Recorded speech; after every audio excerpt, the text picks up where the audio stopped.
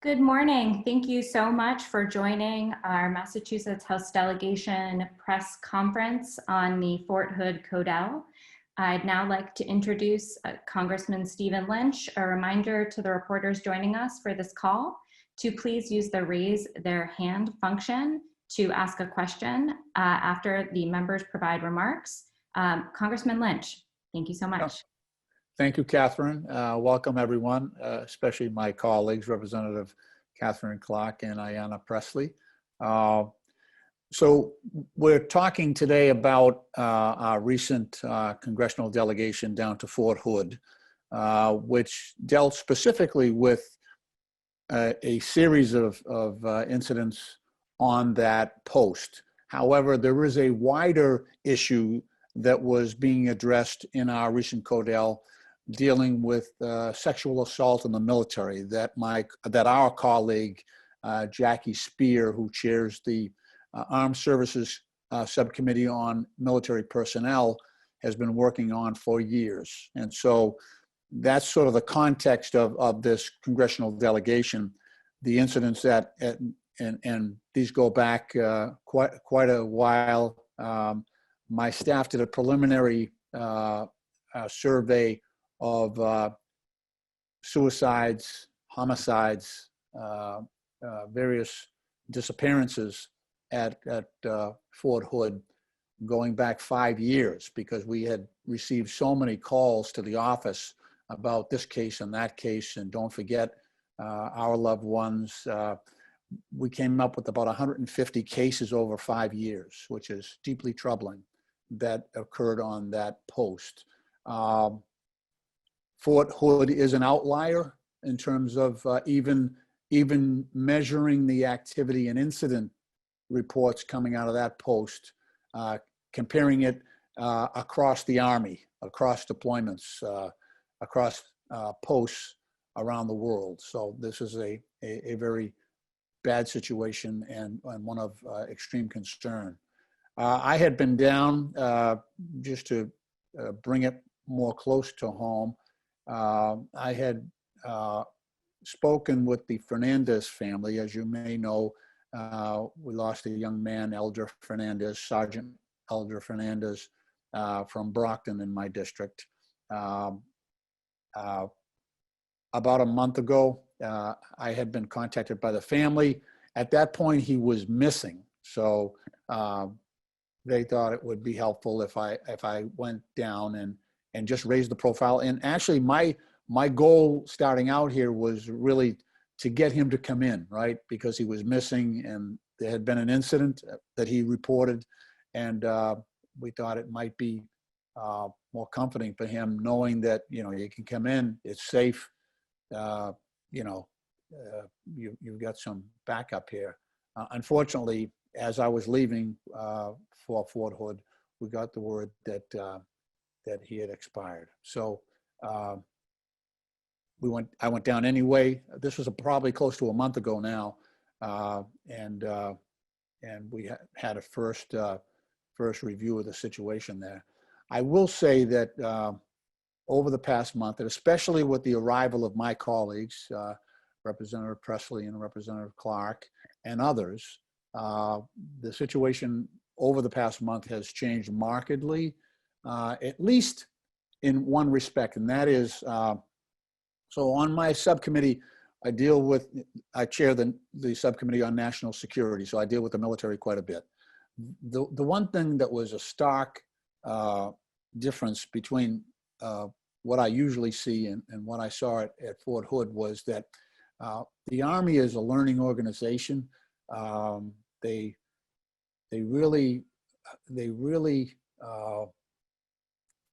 when they have a problem, you know it, and they respond robustly. There's an urgency. There's a well-defined mission, and they get right at it. I did not see any of that in my first visit to Fort Hood. There was a lack of seriousness, a lack of attention, a lack of focus. Some of the officers were at the very top were very casual about what was going on there. And this was after the Vanessa Guillen case and the Morales case. And certainly Sergeant Fernandez's case. However, after I left and before this most recent Codel, they changed leadership there. The commanding general was reassigned. They brought in a new general, and I would say that there's a from my own observations, there's a level of seriousness now there, thanks to the arrival, I think, of my colleagues, Ms. Pressley and Ms. Clark and others, Jackie Spear also on the Codel, Jason Crow, former military himself, Sylvia Garcia. Who am I forgetting? I think that might. Anyway, Gil Cisneros. Oh, Gil Cisneros. Yes, I'm sorry. Also a veteran. Also a veteran, right? And so, when 6 or 7 members of Congress show up on your doorstep, you sort of pay attention, and I think that has been part of the response so far. So I see the beginnings of a plan, the beginnings of sort of the Army process that I have recognized in the past, where they take an issue seriously and begin to respond, begin to put a plan together, right? That's what I expected to see when I first went down there, because so many of these disappearances, I anticipated they had a plan, and they had none. Now, thanks, I think, to my colleagues, there is a rudimentary plan coming together. There are some issues that I think we all picked up on, but why don't I end my portion here and turn it over to my colleagues, Catherine Clark and Ayanna Pressley. Thank you so much, Steve. I'm honored to be joined by both of you and grateful both to Congressman Lynch and Congresswoman Pressley for their focus on this issue and highlighting the needs of our soldiers, not only at Fort Hood, but across the country, across our armed forces. And as Congressman Lynch laid out, we went last weekend to Fort Hood because it is the center of an alarming number of sexual assault allegations, deaths, and murders. So far this year, nearly 30 service members stationed at Fort Hood have died, including Massachusetts resident Sergeant Elder Fernandez. These patriots perished while serving our nation, and that is unacceptable. So we traveled to Texas to find answers, and we are demanding action. During this Codel, we met with military leadership, service members, and their families. And what became clear is there are systemic problems at the post and at large within the military. One of the things that really struck me is that service members and their families on the post are not getting the resources to live safely and in healthy conditions. And it started with where they live. One of our fellow travelers, Congressman Jason Crow, who is an Army veteran, said the barracks that we toured were the worst he has ever seen. We heard from a young mom who's a military spouse who complained of black mold, was told that she was just a bad mother, but eventually was able to get her house tested and discovered that there was black mold that had even gotten into her baby's crib mattress and was causing respiratory ailments for that baby. But most significantly, I think what we saw is that we need to address the toxic culture of fear, intimidation, harassment, and indifference, not only on this post, but within our military hierarchy. Women and men in every single workplace, and certainly these patriots who are serving our country, must be treated with dignity and respect. And one of the phrases that stuck with me was a soldier who said, "Suicides are treated as an inconvenience." This indifference not only compounds the trauma, but it adds to the stigma and reluctance to seek help. And we know that mental health issues are on the rise. 40% of Americans are now reporting anxiety, depression, suicidal ideation, or other mental health symptoms. And our soldiers are certainly not immune from these trends.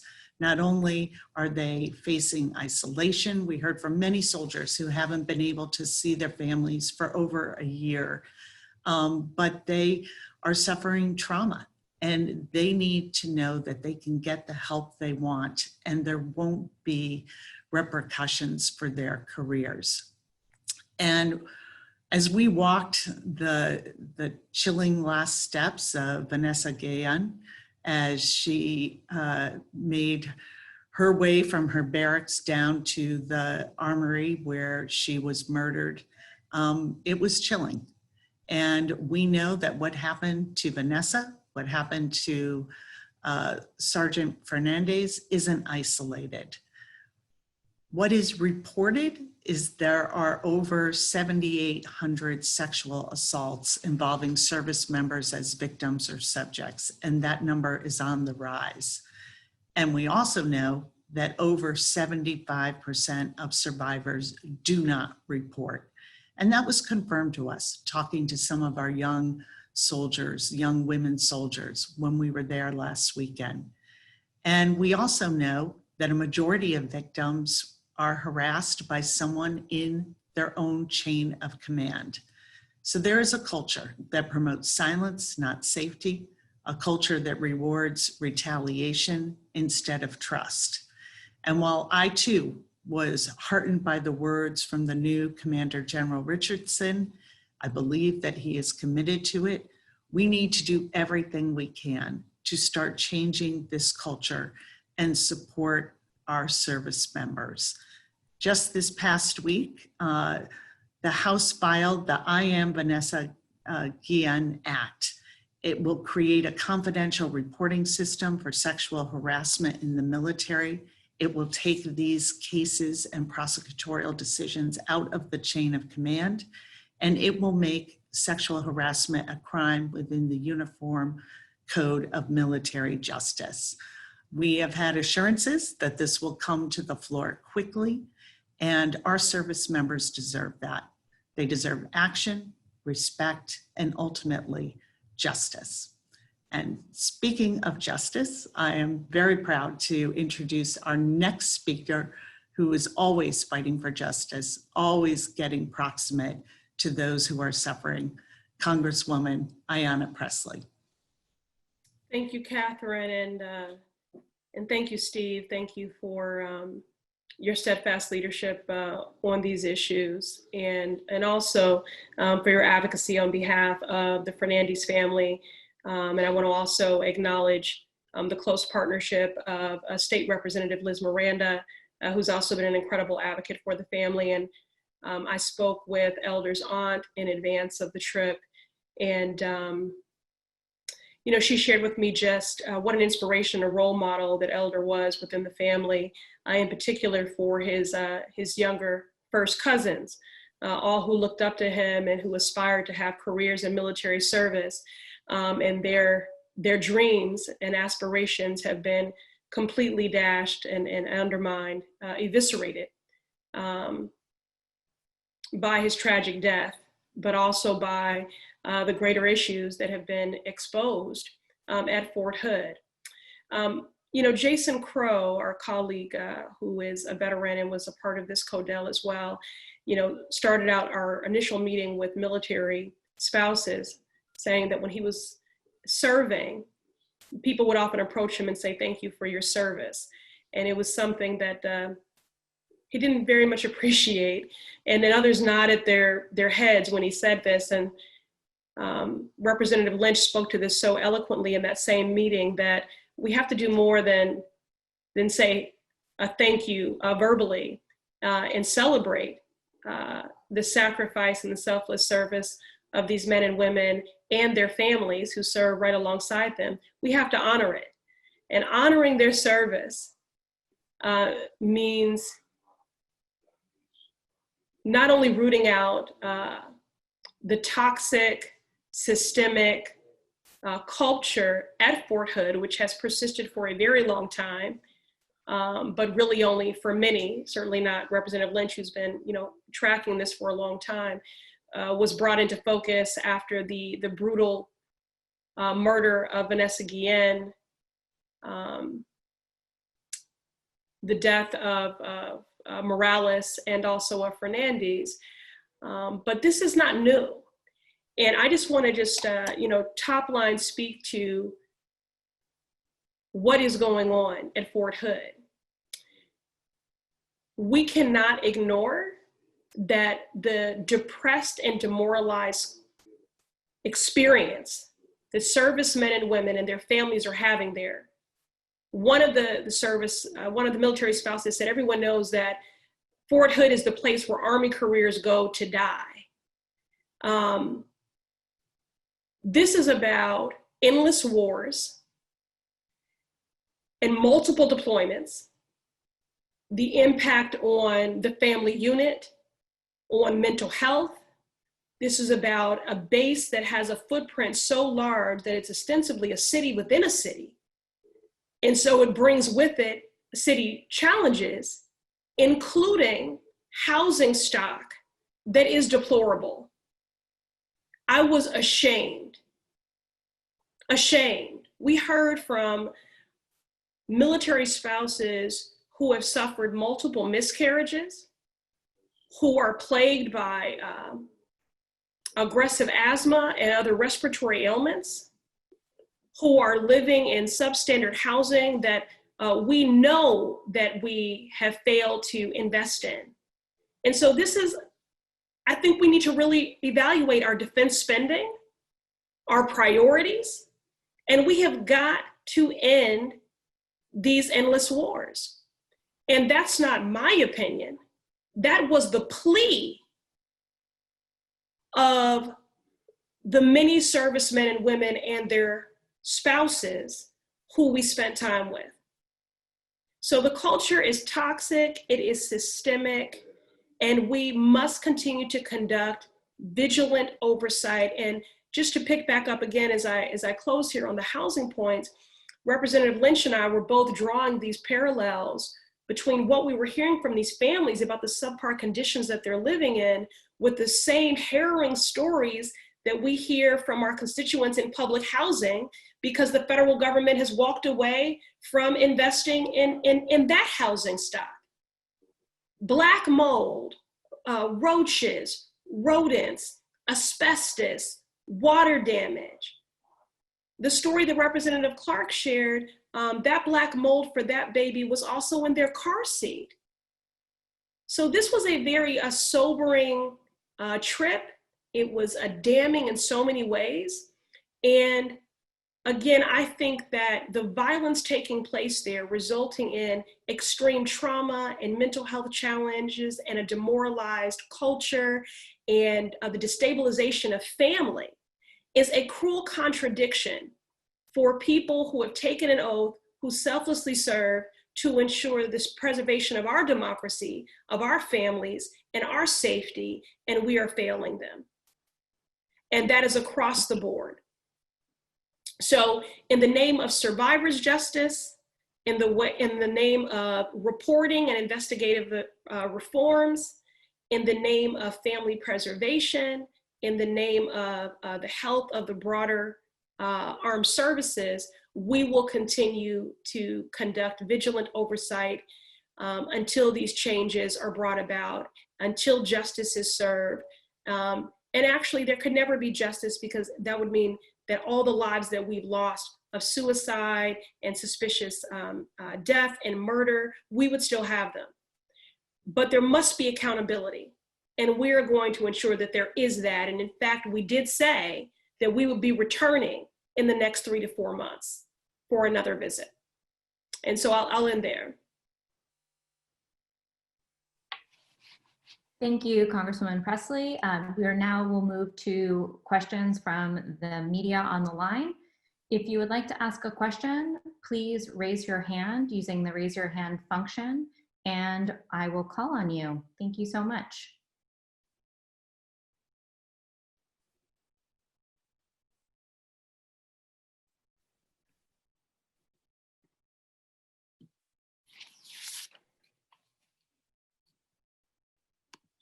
Great. We will now hear from Byron from WHDH. Brian, you are live.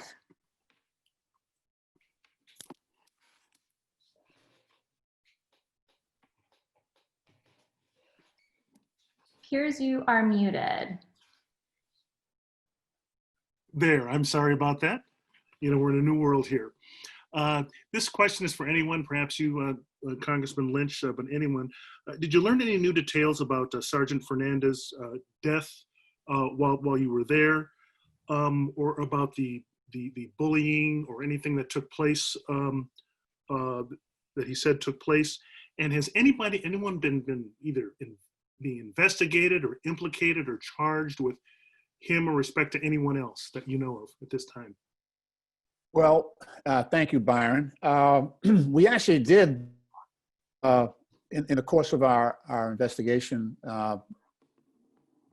last weekend, we did have an opportunity to talk to some of the people who were in Sergeant Fernandez's chain of command, and also CID, the Criminal Investigation Division of the United States Army. And we learned that, so just to go back over the facts and circumstances of Sergeant Fernandez, we knew that he had filed a complaint that he was sexually assaulted. And we knew that he filed those properly, and he was hospitalized for 4 days, I think connected immediately after that alleged assault, and then he was released. So when I arrived, like I say, about a month ago, the very day that I arrived, they made a determination, the Army, that there was no substance to his complaint. And so I thought it was rather quick. I thought it was, sudden. I doubted the veracity and the process that they had used, only to find out, and this came up under Representative Clark's questioning about, how they exonerated the person who Sergeant Fernandez had claimed assaulted him. And they said they used a polygraph. They used a polygraph, and it turns out that they, at least according to CID officials there, that they used this on hundreds of cases. So they gave the accused a polygraph, he passed it, and then they dismissed the case based largely on that, although they did say that they thought there were other witnesses as well, but we didn't get to speak to those witnesses, and they never went back to Elder Fernandez, Sergeant Fernandez, to ask him further details about this. They just exonerated the accused. As most people know, a polygraph is not admissible evidence in court. It's a very, for obvious reasons, it's a subjective process. It can be gamed at times. It can be improperly used. It's a very crude tool. And so we did learn that the exoneration of the accused was facilitated by the use of a polygraph. And so we're going to have to look into that, because they say they have used that particular unit had used it hundreds of times in similar cases. So if you multiply that around the military, there are probably tens of thousands of instances where accused people have been exonerated by this method. So that's very troubling, and that's something we're going to have to get at a little bit more closely. And I certainly welcome my colleagues. I think they were similarly struck by the manner in which this was handled. If I could just follow up on the same point, does that mean the investigation is over, that he was exonerated? Or when you say you're going to look into that, meaning that you'd like to see this investigated a little further? Well, right. We did not get to see the documents connected to the polygraph. We don't know what questions were asked. We don't know. I mean, it's pretty complicated if you're going to do a polygraph properly in the first instance. We didn't get any of that information. We didn't get any information regarding witnesses. So all of that information has to be gathered, and we've requested a lot of documents already, and that information will be requested as well. I'm not sure if my colleagues would like to jump in, Catherine or Ayanna. I would just like to reiterate what Steve said, that I was very concerned that this was dismissed based on polygraph evidence, which they admitted is not admissible in any sort of military tribunal, as well as any other state or federal court. So it seems in these cases that that's a very strange process. We have no idea what the training is for these polygraphs, but what we do know is that the complaint that Elder Fernandez filed was against a superior. And we do know that there is a culture at Fort Hood, and I believe throughout our throughout the military, of trying, there's great unease and trepidation and outright fear about reporting superiors and what that will mean. And that's why so many people don't report. One meeting we had with young enlisted women, it really struck me that when we asked at the very beginning, would you be comfortable reporting sexual harassment or sexual assault? And almost all of them raised their hand that they would be comfortable, which really surprised me. But I'm like, well, that's from these young women. But as our conversation went on over the hour, almost every single one of those women that raised their hand saying they would be comfortable then came forward with a story about why they wouldn't actually report. So I think with all of this, we have to dig deeper into how people can safely report what happens, how there is accountability that we can build into this system, and how we can address some of the culture and stigma that we know exists within the military and with outside the military. But we have a special responsibility to these soldiers who are sacrificing so much. And we are the ones who can push for answers, not only for the Fernandez family, but for all of those who serve. And I would just add to that, that the examples that they were offering had everything to do with a culture of hostility and intimidation that they saw their peers experienced who had reported, and in fact shared instances of a couple of soldiers who left for that very reason. In addition to the polygraph protocol, which is worrisome, another common practice that I was uncomfortable about is that when there is an allegation made that the victim, the survivor, moves. And I think that instead of the perpetrator or the accused being the one to move, because it's incredibly traumatic, as a survivor, I'll say this, to have to see your perpetrator over and over again, and certainly in close proximity to you, when you already have suffered such an egregious violation.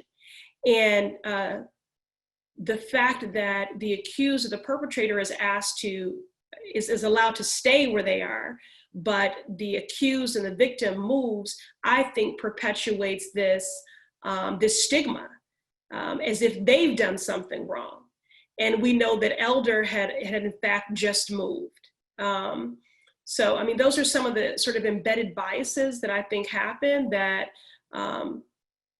permeate the culture and make those less inclined to report when they have experienced a crime. Our next question will be from Joan Benaki from the Boston Globe. Joan? Hi, am I unmuted? Yes. We can hear you. Okay, great. Well, the whole issue of accountability, I mean, how do you make that happen what can Congress do? Should there be some kind of independent investigation? I think there are at least maybe a half dozen investigations going on right now. The Army's investigating itself. I mean, what's the best way to get to some kind of accountability? 150 cases over 5 years is a lot. So I'm just curious as to what's the, is there a concrete proposal that comes out of your visit? So I'll take a first crack at it. So I think that the Vanessa Guillen legislation, which would pull the sexual assault process, the claims process and resolution process out of the chain of command, is a very important step. I mean, just the fact that the Army and the military generally don't even want to acknowledge that there's a problem. Never mind begin to deal with it. They don't even want to acknowledge it. They're very slow. We've given them enough time, right? And yet this problem persists, and if anything, it's gotten worse. And there seems to be, we heard of a pattern and practice of, when somebody files a claim, then there's intimidation by superior officers. So that it's not just the claim against the accused, it's the follow-on response of the military leadership to intimidate the victim. So that has to change, right? It has to be retaliation against someone who files a claim of sexual assault. That has to be, a career ender. If you have a superior officer who is intimidating, or retaliating against someone who filed a claim of sexual abuse, that is the root of the problem right there. It's the direction of the military. So taking it out of the chain of command, I think, is a good step, and I think there has to be a concerted effort within the military to approach this like they do other major problems and issues when they're deployed. They come together, they get the resource, they identify the problem that they have a whole plan in place, they identify the resources, they deploy the resources, and they're a learning organization. I saw none of that in this whole context. And so we need to change the thinking of the military and bring them forward. And obviously we're going to get pushback. People think we're interfering in the way the military is run, but or that we're trying to denigrate or disparage military service. That is the furthest thing from the truth. Our effort collectively is really to keep faith with the decision of these young men and women to join the military. It's a very small percentage of our population that serves. And so, I think that myself and Catherine and Ayanna believe that we're keeping faith with these kids, with the very ideals that that compel them to join. And we're keeping faith with the families who supported their child's decision to serve. And so, look, I've spent time with the Fernandez family.